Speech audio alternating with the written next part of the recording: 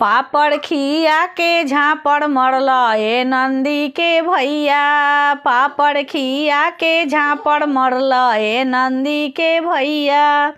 तोहरे फिक्रिए देहिया गलल ए नंदी के भैया। तोहरे फिक्रिए देहिया गलल ए नंदी के भैया। सोने के थाली में जेवना परोसनी हो। सोने के थाली में जेवन परोसल हो। जेवे से पहले कहाँ गइल ए नंदी के भैया। जेवे से पहले कहाँ गइल ए नंदी के भैया। पापड़ खिया के झापड़ मरल ए नंदी के भैया। पापड़ खिया के झापड़ मरल ए नंदी के भैया। सोने के लोटा में गंगा जल पानी हो। सोने के लोटा में गंगा जल पानी हो।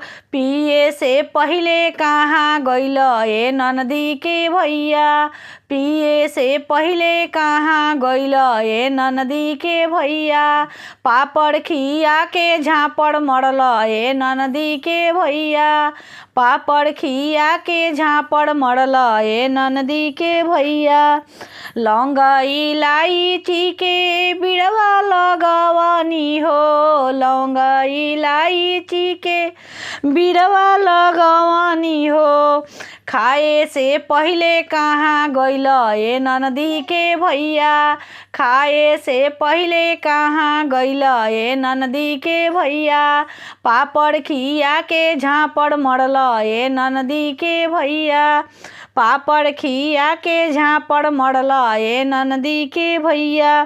फूल हजारी के सेजिया लगवल हो।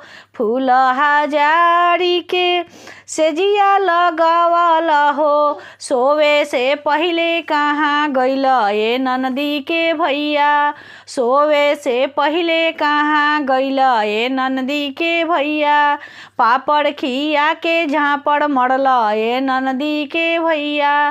पापड़ खिया के झापड़ मरल ए नंदी के भैया।